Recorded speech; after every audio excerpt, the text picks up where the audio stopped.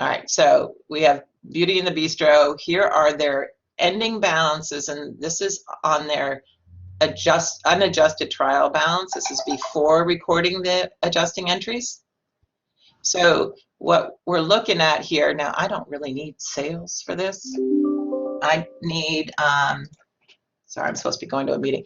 All right, I need to put my receivables, goodness, I keep clicking the wrong place. I need to record my debit here as 8,500. Oh, sorry, 2,500, my bad. So in other words, we had beginning balance, sales on account, we collected, and we had probably write-offs, but I have 2,500 in here. Below my allowance account, for doubtful accounts, I'm just going to write allowance, I have a $20 credit balance, and this is my unadjusted balance. Okay? So this is basically, I'm going to call it UA, unadjusted balance. Yep. And we're trying to get to the actual adjusted balance or the ending balance here. All right. Now, I'm going to make up a story here. Just want to kind of tell you what happened. We could, let's say we had allowed for, 100 to go bad last period.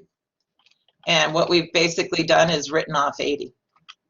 Now, I'm making these up just to show you that what's happened is we have $20 left in this allowance account. We had allowed or expensed enough to have a allowance balance of 100. We ended up only writing off. The other side was over here, for 80. We ended up writing off 80. We had 20 extra in there, if you will. Does that make sense? Mm-hmm. If it had been over here, I just want to use this as an example of if it had said it was a $20 debit balance here instead of credit, what that means is we had done this.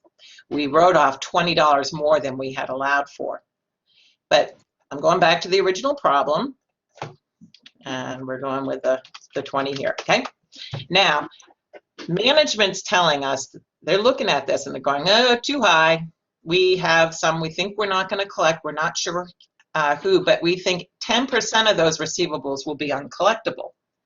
So now I have to make sure this ending balance, we're always told where we need, what we need in that account, the allowance account, and it is equal to 10% times these.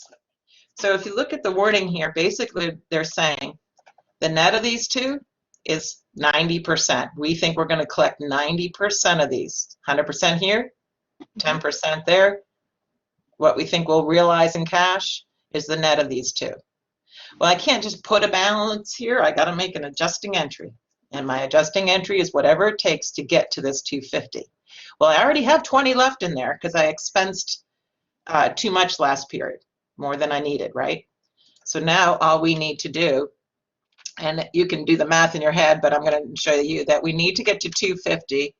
We have a balance already in there. And since it's on the credit side, I subtracted. If it was over on the debit side, I would be adding it. Okay? So your entry is going to be debit, doubtful accounts expense for 230, and credit your allowance for 230. All right? Mm-hmm.